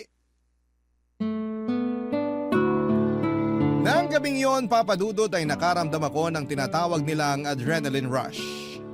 Yung halo ng excitement at kaba na hindi ko kayang kontrolin. Sinubukan kong pigilan pero tuluyan na akong nadala sa tukso ng pangi-scam. Lalo na noong madalas akong magpunta sa internet cafe.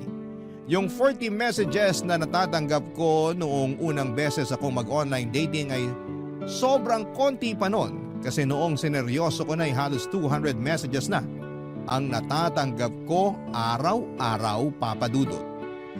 Nung una humihingi ako ng pera at nakakakuha ako ng $20, $30, $50 o $100 sa mga foreigner, Papa Dudut. At kadalasan ay tinutulungan pa ako ni Terry kung paano ko makuha ang atensyon ng mga foreigner at paano ko sila mahuhulog sa bitag ko hanggang sa magpadala sila. Yung mga perang nakukuha namin, yun ang pinangiinom namin ni Terry. Umiinom kami tuwing may naloloko kaming foreigner. Pero higit pa sa inuman, Papa Dudut, isa sa mga dahilan kung bakit ako lalong natukso sa pangi-scam ay dahil parang bumabalik na yung buhay ko noon. Papa Dudut, hindi ko na nararamdaman na naghihirap kami. Kasi sa bawat araw ay nagagawa ko na at nabibili ko na ang lahat ng mga bagay na gusto ko, Papa Dudut. Barangay Love Stories. Barangay Love Stories.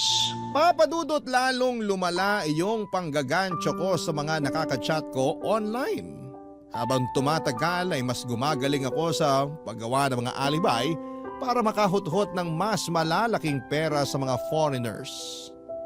Parang habang tumatagal ay mas lumalawak ang imagination ko at mas gumagana ang utak ko sa mga kwento at alibay.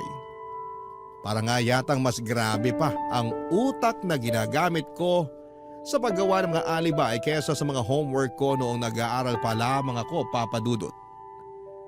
Noong dumami at dumami na ang pera na natatanggap ko, mas naging malupit din yung mga panglilibre ko sa mga kakilala ko at kay Terry na rin.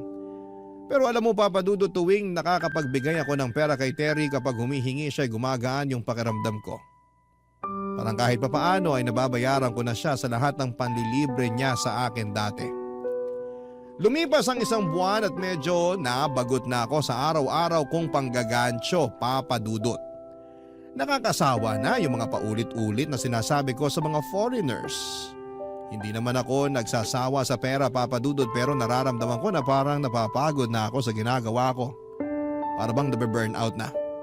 Hanggang sa isang gabi habang nagiinuman kami ni Terry ay kinausap niya ako tungkol sa isang bagay na talaga namang nagpatigil sa lahat ng iniisip ko. Tinanong ako ni Terry kung ready na daw ba akong magka-jowa in real life, Papa Dudut. Sinabi ko lang sa kanya na darating din yung panahon, pero sa ngayon ay mas pinapriority ko pa rin yung dating sites kasi nandyan ang pera. Medyo doubtful pa ako sa ideya ng pagmamahal kasi sa totoo lang ay hindi ko po talaga nararanasan pa ang mga bagay na yon, Papa Dudut.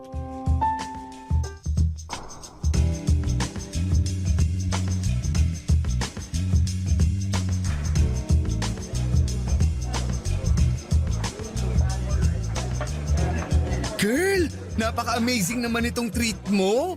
Dami mo ng datong. Oo naman. Kung anong meron ako, syempre meron ka rin, no? Yan ang gusto ko sa'yo eh. Cheers! Cheers, girl! Ako pa ba? Girl, wait lang ha. Check ko lang tong phone ko. Hala, nag-text yung nanay ko. Inaatake raw ng asthma yung kapatid ko.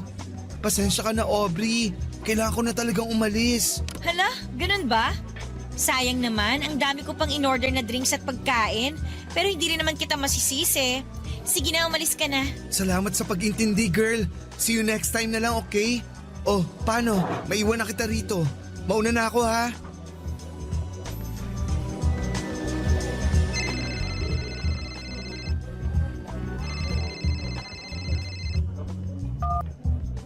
Hello, Ma?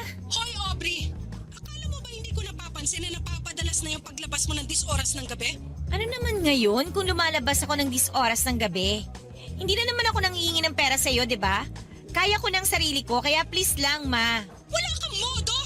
Bastos kang bata ka! Hoy, Aubrey, hanggang nakatira ka sa bahay ko, ako ang masusunod. Naiintindihan mo? Sagot! Ma, utang na loob naman. Mamaya na natin pag-usapan to, okay? Pauwi na rin naman ako eh. Hintayin mo na lang ako dyan. Bilisan mo, umuwi ka na! Sige na, bye. Hello, miss. Mag-isa ka lang ata. Kaalis lang nung kasama ko. Actually, paalis na rin ako. O, teka. May kilala ka bang gumagawa ng relo? Ha? Kasi may sira ata relo ko pag ikaw kasi ang kasama ko eh. Humihinto yung oras ko. Yung ulo mo ba may sira rin? Grabe ka naman, hindi ka mabiro. 30 nga pala. Aubrey, Sandali, wag ka muna umalis. Dito ka lang muna. Samahan mo ako. sa palagay ko mas okay rin to kesa umuwi pa ako sa bahay namin. Puro sermon lang naman ang aabutin ko kay mama dun eh.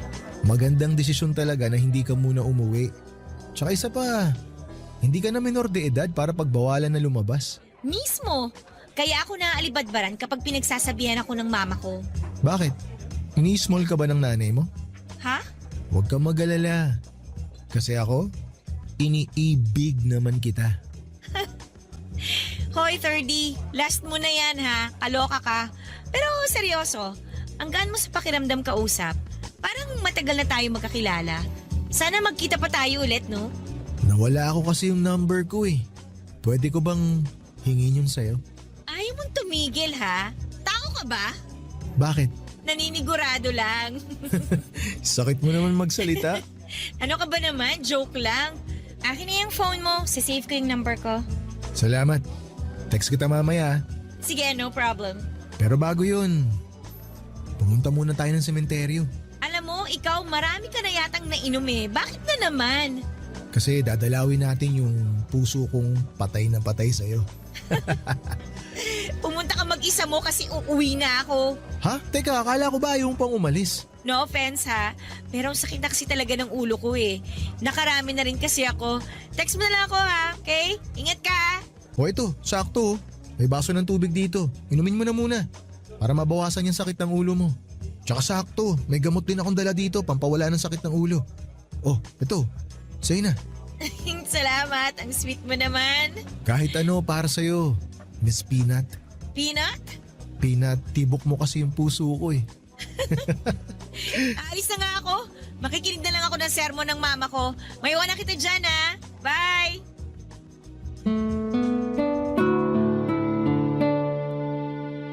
Papadudod kahit na medyo masungit ang trato ko kay 30 ng gabing yon ay hindi ko talaga maitatanggi na kinilig ako. Talaga namang nagbago ang lahat nang magsimula kaming mag-text at magtawagan. Araw-araw niya akong pinapaalalahanan kung gaano ko kahalaga sa kanya. Unti-unti ay naiwan ko na yung buhay ko sa panggagancho dahil mas nakatutok na ako sa kung ano ang meron kami ni 30 Papadudot. Lumipas ang ilang buwan at sinagot ko na siya. Lalo na pagkatapos niyang manligaw sa akin araw-araw. Papadudot, parang mas gumaan yung pakiramdam ko. Kasi maliban sa pagmamahal na nararamdaman ko sa kanya ay binigyan ako ni 30 ng pera para sa mga gusto kong bilhin. At ang pinakamaganda pa doon, Papadudot, ay hindi ko na kailangang manggancho para lamang magkaroon ng pera. Hindi lang pera, pati flowers, chocolates, teddy bears. Lahat ng gusto ko, ibinibigay niya. Sinabi pa nga niya sa akin na hindi ko na raw kailangang magtrabaho kasi siya na daw ang bahala sa lahat ng pangangailangan ko. Pero Papadudot, hindi naging madali lahat ng ito. Ito na ang pinakamalaking pagsuway ko kay Mama. Umalis ako sa bahay at nagdesisyon na makipag-live-in kay 30 sa boarding house niya. Sobrang tutol na tutol si mama sa desisyon ko at iniyakan niya pa nga ako. Pero sa kabila ng lahat ay naisip ko na kung aalis ako ay kahit papaano ay magkaka-freedom ako at mawawala na rin ng sakit sa ulo si mama. Nung una ay payapa ang pagsasama namin ni 30, Papa Dudut. Kung ano kami noong nililigawan niya pa lamang ako ay ganon din kami noong magkasama na kami. Pero Papa Dudut, habang tumatagal, unti-unti ko na rin nakikita ang hindi kanais-nais na mga ginagawa niya.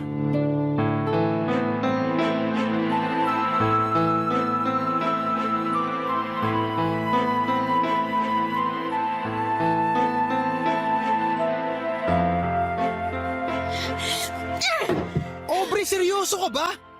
Bakit binato mo yung cellphone ko? Para ka namang tanga eh. Sawang-sawa na ako sa kaka-online casino mo. Kahit yung 200 na nasa loob ng drawer ko, hindi mo na pinalagpas. Pati yon sinugal mo. Kailan ka ba matatauhan? Pagkasin na lang ang kinakain natin? Ang dami mong dada. Hindi naman ako nagkukulang sa pagbibigay ko sa'yo ng pera. Lahat naman ng kailangan mo na ibibigay ko, di ba? Hindi yun ang punto ko, 30. Ang punto ko, hindi sa simpleng laro o libangan lang matatapos ang lahat ng yan. Dadating ang panahon na malaki na ang nakataya. Ngayon, barya lang, oo. Pero sa susunod ano? Kotse? Bahay? Lupa? Hindi mo na namamalayan pati yung perang pangkain mo na ipusta mo na pala. Ganun kalala yan, 30. Huwag mo nang pansinin yung pagsusugal ko. Naibibigay ko naman lahat sa'yo ah. Tsaka mo na ako sermonan kapag wala na ako naibibigay sa'yong pera. Hoy Aubrey, huwag kang magmalines. Kasi katulad ko, alam mo na hindi ka rin perpekto. Anong ibig mong sabihin? Wala, I'm sorry. Huwag mo na isipin yun, hindi ko sinasadya. Nadala lang ako ng galit. Hindi ko na alam yung mga pinagsasabi ko, pasensya ka na. Babe, I'm so sorry. Patawarin mo ako. Ang sakit mo namang magsalita. Ba't pakiramdam ko ang init na ng dugo mo sa akin? Concerned lang naman ako sa'yo ah. Babe, sorry. Promise, magbabago na ako. At para patunayan ko yun sa'yo, hindi na ako mag-online casino. Pangako ko sa'yo yan. Tsaka yung cellphone ko na binasag mo, kung gusto mo itatapon ko pa yun. Para hindi ko na ma-retrieve yung details ko dun sa online casino. Aubrey, babe, ikaw lang ang babaeng mahal ko. Magbabago ako talaga para sa'yo. Patawarin mo lang ako, please. Please, give me another chance. Ewan ko sa'yo. Mamaya na tayo mag-usap. Magpapahangin lang ako. Aubrey, sandali lang. Aubrey!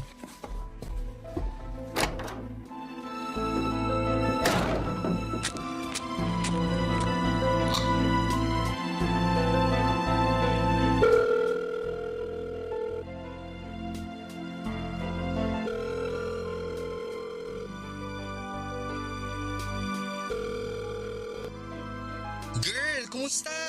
Hello, Terry. Long time no see. Kumusta ang buhay may ka-live-in? Eto, masakit sa ulo pero kinakaya naman. Kailangan ko lang talaga ng makakausap ngayon. Ikaw pa ba? I'm just here for you, girl. Kahit matagal na tayong hindi nagkikita, alam mo namang nandito lang ako para sa'yo. May iba ako. Kumusta ang love life mo? Kailan ang kasal, ha? Ay, susme, Terry. Hindi pa nga ako nakaka-move on dun sa away namin tapos kasal na kagad yung gusto mong pag-usapan. Bakit hindi? Nakikita ko mga pictures niyo sa social media. Mukhang mahal na mahal niyo naman ang isa't isa. Sobrang sweet niyo pa nga. At girl, hindi ka na rin pabata. Sooner or later, magpapakasal ka rin naman. So bakit hindi na sa taong sobrang kilala mo na, di ba? May point ka. Pero ganito kasi yun eh. Ilang beses ko na siya nahuhuling nag-online casino at palala na ng palala yung pagka-addict niya sa pagsusugal. Hihintayin ko pa ba na malubog ako kasama niya ng dahil lang sa lintik na pagsusugal na yan? Girl, ang harsh mo naman. Alam mo kasi, ganito lang yan. Lahat tayo may amats naman eh. May kanya-kanyang tama lang naman. Tingnan mo, dati nanggagansyo ka at pasaway ka sa nanay mo, di ba? Pero heto ka na ngayon. Nagbago ang lahat ng yun nung nakilala mo si 30. I think unfair naman kay 30, girl, if tatanggalan mo siya ng chance na magbago. Ay, kung sa bagay. Thank you at sinagot mo yung tawag ko. Nagpapasalamat ako kasi kahit hindi na tayo ganun kadalas magkita, nandiyan ka pa rin para damayan ako. Salamat ha. Ano ka ba? Wala yun. Basta ikaw. Sige na girl, at may lakad pa ako. Bye. Babu ah!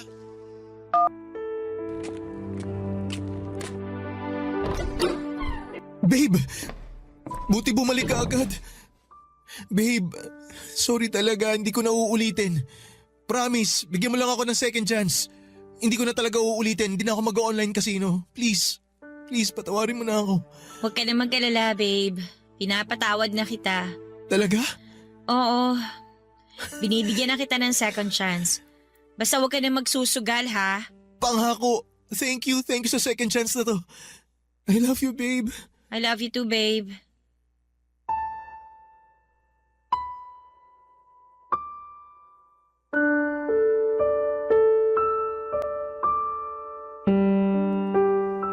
Papadudot pagkatapos ng matinding usapan namin ni 30 ay hindi ko na siya nakita pang naglalaro ng online casino.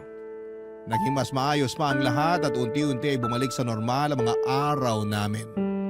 Pagkalipas ng ilang buwan ay nag-rent kami ng mas malaking apartment. Oo, may mga tampuhan paminsan-minsan.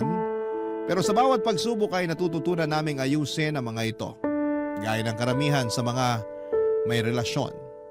2 taon na ang lumipas, papadudot, at sa kabila ng lahat ng pinagdaanan namin ay masaya pa rin kaming nakatira sa aming bagong apartment. Ako ay nanatili akong housewife habang si 30 naman ay patuloy na nagtatrabaho bilang call center agent. Aaminin ko, papadudot, sobrang nanibago ako sa buhay namin.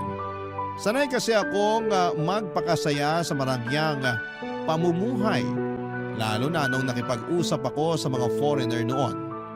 Pero iniwan ko ang lahat ng yon, ang mga material na bagay at pati na rin ang pagiging mabuting anak kay mama. Hindi ko na siya nakakausap mula noong sumama ako kay 30. Gustuhin ko mang makipag-ayos ay hindi ko magawa dahil alam kong magagalit lamang siya. Kaya't pinagpalibang ko na lang siya hanggang sa dumaan nga ang mga taon. At hindi ko na namamalayan kasabay ng mabilis na paglipas ng panahon ay nagpakasal kami ni 30. Bukas ang puso ko sa pagpapakasal kay 30, papadudot. Gusto ko ng isang buo at masayang pamilya para sa magiging anak namin. Isang pangarap na matagal ko nang inaasam. Ngunit hindi ko naranasan. Hindi ko naisip na mag-prenuptial agreement noon kasi si 30 ang nag-aalaga sa amin. Wala akong sariling kita, housewife lamang ako kaya't sobrang kampante ako noon, papadudot. Isang araw, papadudot, akala ko ay yun na ang magiging buhay ko, ang masaya at tahimik na buhay na puno ng pagmamahal sa pamilya. Hanggang sa nagbago na ang lahat. Una, nagkaanak kami ni 30, isang batang lalaki. Grabe, papadudot. Sobrang saya ko noon at naisip ko na baka eto na ang tamang pagkakataon para ipakilala ko siya kay mama. Pero isang araw ay may dumating na mensahe sa social media ko. Ang abogado ni mama ay nag-message sa akin. Sabi niya ay pumanaw na raw si mama at ayon sa last will and testament niya, iniwanan ako nito ng 10 million at 2 properties. Papadudot, sobrang sakit ng puso ko at hindi ko man lang naayos ang mga hindi pagkakaintindihan namin bago siya pumanaw. Napag-alaman ko, papadudot, na namatay si mama sa sakit na breast cancer. Para akong tinusok sa dibdib. Hindi ko man lang siya nasamahan sa mga huling araw niya. Pero kailangan kong maging matatag, lalo na't may anak na kami ni 30. Pumunta kami sa burol ni mama at ilang buwan pagkatapos ay ibinenta ko na mga properties na iniwan sa akin ni mama. Kasabay ng 10 million na ipinamana niya, bumili kami ni 30 ng house and lot sa mas maginhawang lugar. Pati na rin ang condo unit at 2 pang properties. Iniisip ko noon, papadudot, na tapos na ang lahat, na nagsimula na kaming magbago at natutunan na naming magpatawad at mag-move on. Akala ko ay settled na kami at ang lahat ng mga pagsubok ay nagwakas na. Pero hindi ko inaasahan, Papa Dudut, na may isang pagsubok pa pala ang darating. Isang pagsubok na magpapaluhod sa pananampalataya ko at susubok sa tibay ng puso ko. Barangay Love Stories. Barangay Love Stories. Tandang-tanda ko pa ang lahat, Papa Dudut. Isang gabi habang naliligo si 30 ay panay ang ring ng cellphone niya. Sinagot ko ang phone at iniisip ko na baka supervisor niya lamang sa call center. Pero laking gulat ko nang marinig ko ang isang pamilyar na boses sa kabilang linya. Pinatay ko kagad ang tawag at doon ay nagsimulang gumuho ang aking mundo. At mas lalong nagdilim ang paningin ko nang tinext noong tumawag ang location niya at kung saan sila magkikita. Para akong binigyan ng matinding saksak sa puso ko, Papa Dudut. Parang magugunaw na ang mundo ko pero hindi ako pwedeng magtanim ng maling hinala. Kailangan ko munang makasigurado. Nang matapos maligo, si 30 ay sinabi niya sa akin na aalis siya para bumili ng gamit para sa bata. Pero hindi ako makapaniwala sa sinabi niyang yon. May naramdaman akong hindi na tama. Kaya nung nakaalis na siya ay nakisuyo ako sa kapitbahay namin na bantayan muna ang anak namin. Pagkatapos noon ay nag-decide akong kumpirmahin ang mga suspetsa ko. Pumunta ako sa address na nabasa ko at ang sumunod na nakita ko ay isang bagay na nagpatindi ng dilim ng paningin ko. Isang bagay na magpapaalala sa akin ng lahat ng maling desisyon ko sa buhay. Isang bagay na magpapakita sa akin ng mga lihim na tinago ni 30. At isang katotohanan na hindi ko na kayang kalimutan pa, Papa Dudut.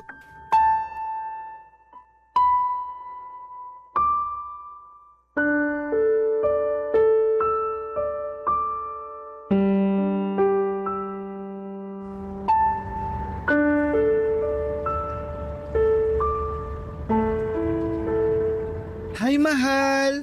Buti naman at nakarating ka na. Akala ko di ka na makakapunta eh. Pwede ba naman yun? Siyempre pupuntaan kita. Pero di ako pwede magtagal, mahal ha. Gusto ko lang talagang ibigay ito sa'yo eh. Oh, Bagong cellphone? Salamat, mahal! maliit na bagay lang yan. May kasama na ring SIM card yan. Naset up ko na rin yung bagong phone mo. Nag-book na ako ng hotel para sa ating dalawa. Pakis nga. Ang kakapal ng mga mukha Aubrey? ninyo! Mga walang niya! Mga hayop kayo! Babe, anong ginagawa mo rito? Ang kapal ng mukha mo para tawagin ako, babe! Gano'n mo na ako katagal niloloko, ha? Pinagkatiwalaan kita, 30! Binigay ko sa'yo yung buhay ko!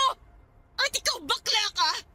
All this time, nasa harapan ko lang pala ang ahas na sisira sa relasyon namin! Magpaliwanag ka! Kung hindi pagsisisihan mo na nahuli ko pa kayo!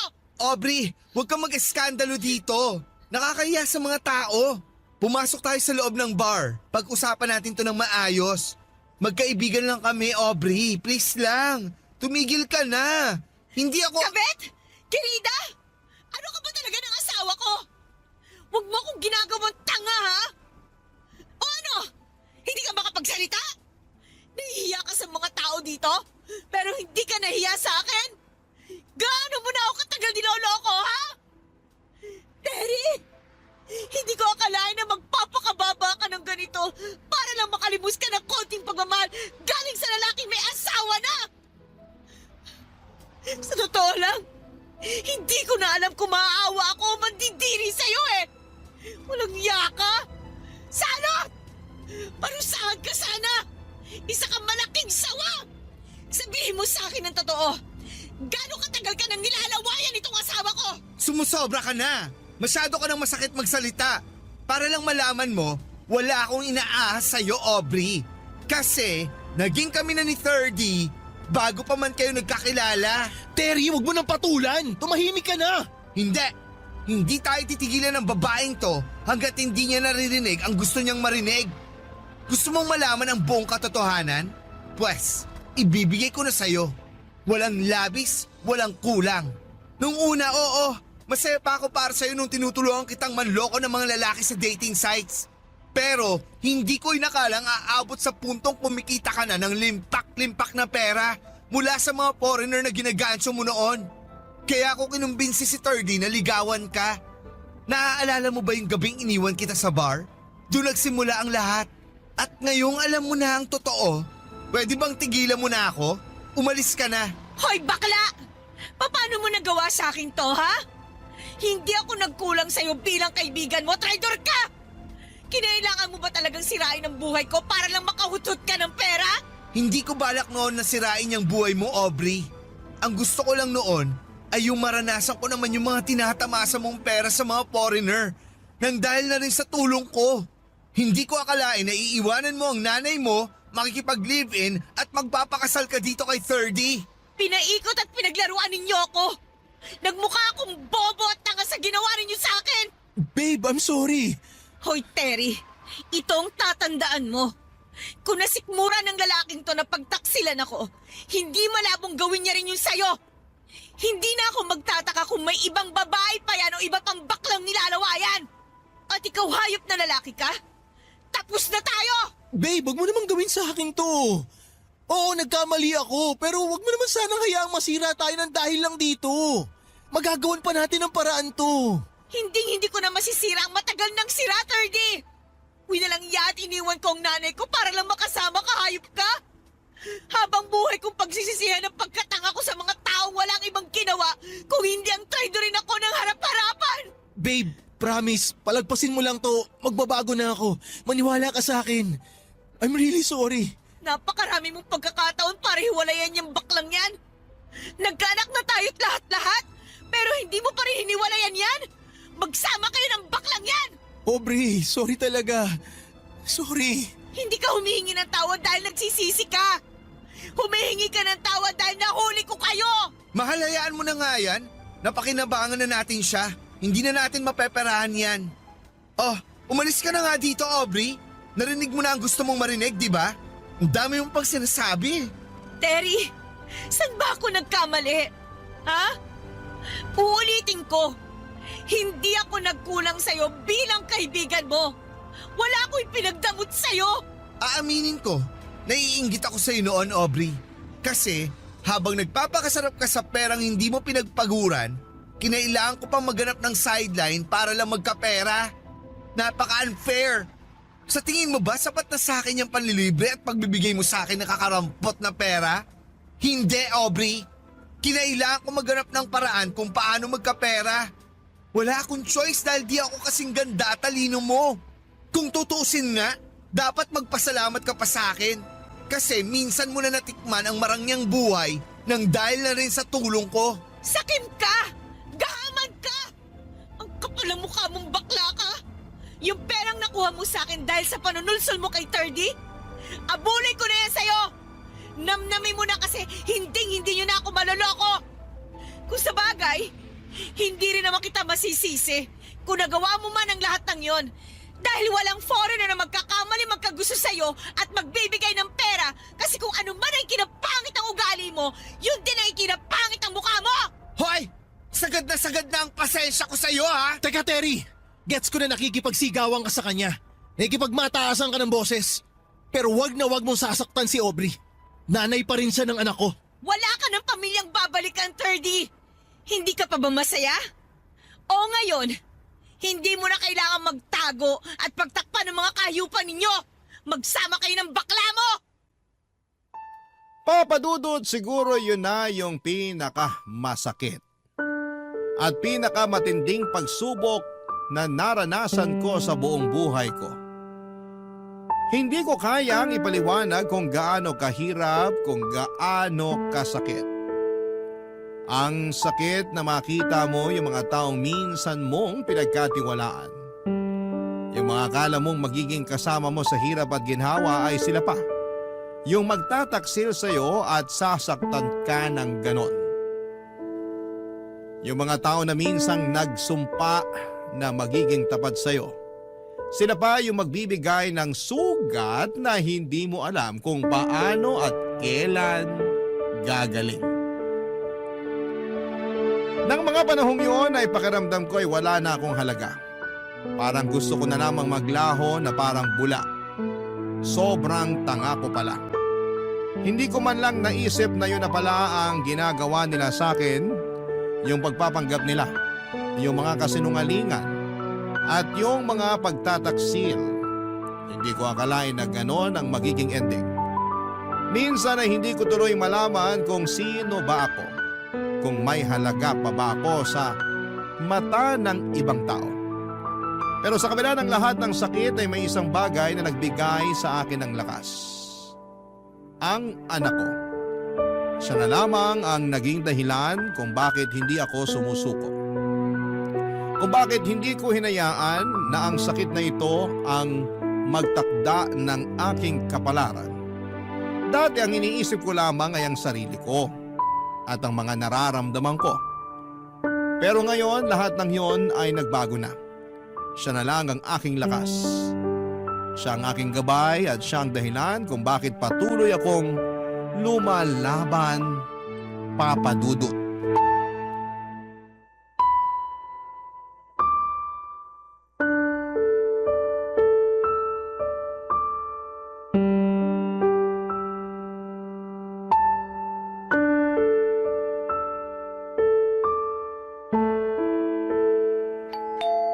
Sino yan? Sandali lang. Aubrey, Anong ginagawa niyo dito? Umalis na nga kayo. Wala akong balak makipag-usap sa inyo. Kasi sigurado akong wala akong magandang sasabihin sa inyong dalawa. Hindi kami pumunta dito para makipag-away sa'yo. Aubrey, parang awa mo na. Gustong gusto ko na makasama yung anak ko. Ang lakas naman ng loob niyo para makipagkita pa sa akin. Saan ba kayo humuhugot ng kapal na mukha para kausapin ako, ha? Aubrey naman, labas yung bata sa away natin. Ako pa rin ang tatay niya. Hindi mo siya pwedeng ipagkait sa akin.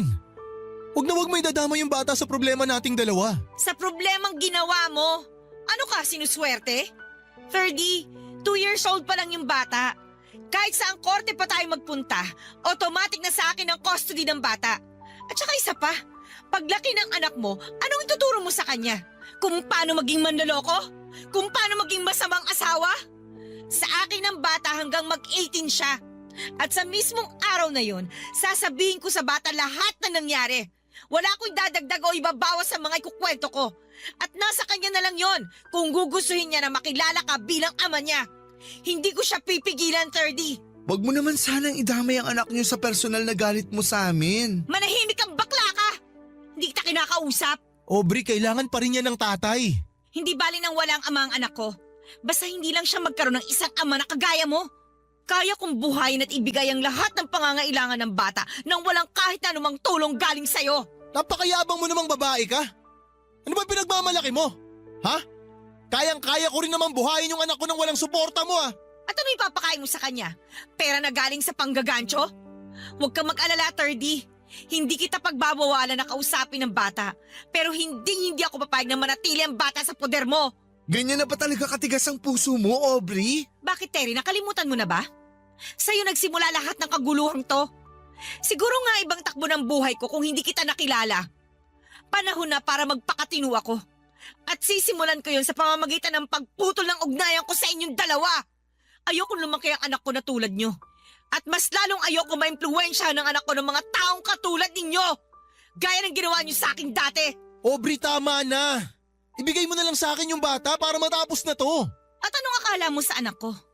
Tuta na pwedeng ipamigay ng ganun-ganun na lang? At anong balak mo, ha? Magbahay-bahayang kasama ang kabit mo?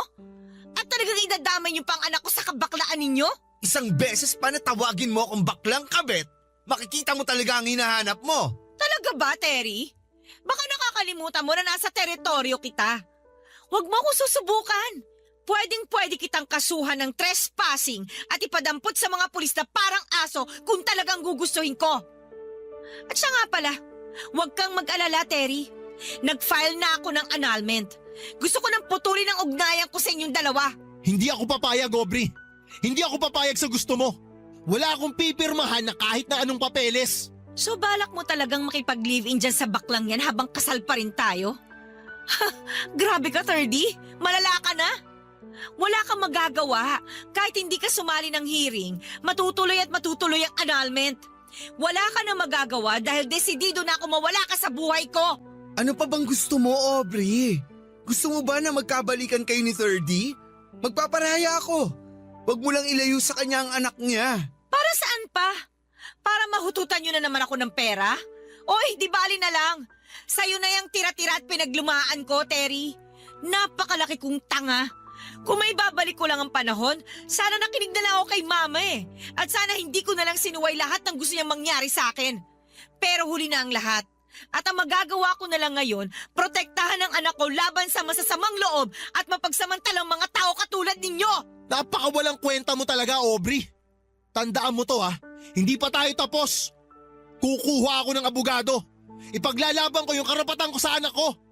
Makinig ka sa akin, babae ka. Pag nakuha ko yung bata, ilalayo ko siya sa'yo. Hindi mo na siya makikita kahit kailan. Pangako ko yan. Talaga, 30? Gagamitin mo pa ang bata para sadya akong pahirapan? Yan talaga yung problema sa'yo eh. Hindi ka nakikinig sa mga sinasabi ko. Kailangan ng bata ng tatay, kailangan niya ng father figure. Paano mo mapapalaki ng maayos yung bata na hindi niya kasama yung tatay niya? Sabi mo nga sa akin, kaya mas mabuti na sa amin ni Terry sasama yung bata. Kasi alam ko naman na di mo kakayaning mag-alaga. Yan! Yan ang totoong ikaw, 30! Lumalabas na ang tunay mong kulay. Dapat pala, sa simula pa lang, pinakita mo na sa akin kung gaano kaitim yung budhi mo para hindi na sayang ang oras ko. Kung may hindi ako pinagsisisihan sa nangyari sa atin, yun na yung anak ko. Pero tama yan, kumuha ka ng abogado mo. Yung abogado ko na rin ang kakausap sa inyo dahil sawang-sawa na ako sa mga pagmumukha ninyo. At ito ang tatandaan mo, 30 ha? Hindi ako makakapayag na bigyan mo ng trauma ang anak ko sa gagawin mong yan. Korte na ang bahala magdesisyon at sigurado ako mas malakas ang laban ko kaysa sa inyo. Ah, ganun. Eh di sige, tingnan na lang natin. At kung ako sa'yo, Terry, mag-isip-isip ka na. 2 tao lang ang makakapagpabagsak sa'yo. Ang sarili mo at ang lalaking yan. Tapos na ang usapang to. Makakalis na kayo. Umalis na kayo bago tuluyan pang magdilim ang paningin ko. Nasabi ko na lahat ang kailangan nyo marinig. Magkita-kita na lang tayo sa korte. Papadudot na tuloy po ang annulment ko kay 30 at ako ang napili ng korte bilang pangunahing tagapangalaga ng anak ko. Dahil wala kaming prenup agreement ay kalahati ng mga ari-arian namin ang napunta sa kanya kahit na karamihan ay mula sa mana ng mama ko. Kahit masakit ay natutunan ko na ang lahat ng ito ay bunga ng mga maling desisyon ko noong nakaraan. Nagpasya ako na mag-focus sa anak ko at sa aming bagong buhay. Lumipat kami sa probinsya at bumili ng maliit na bahay malapit sa eskwelahan ng anak ko. At kahit na hindi madali ang transition ay kinaya ko yon. Sa ngayon ay nagtatrabaho ako bilang online English teacher at 12 years old na ang anak ko. Napakabait niyang bata, kabaliktaran ko noong kabataan ko.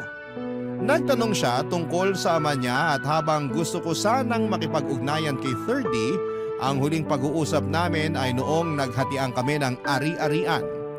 Isang araw nalaman ko na lamang sa social media na si 30 at si Terry ay nasangkot sa iligal na gawain at nakulong.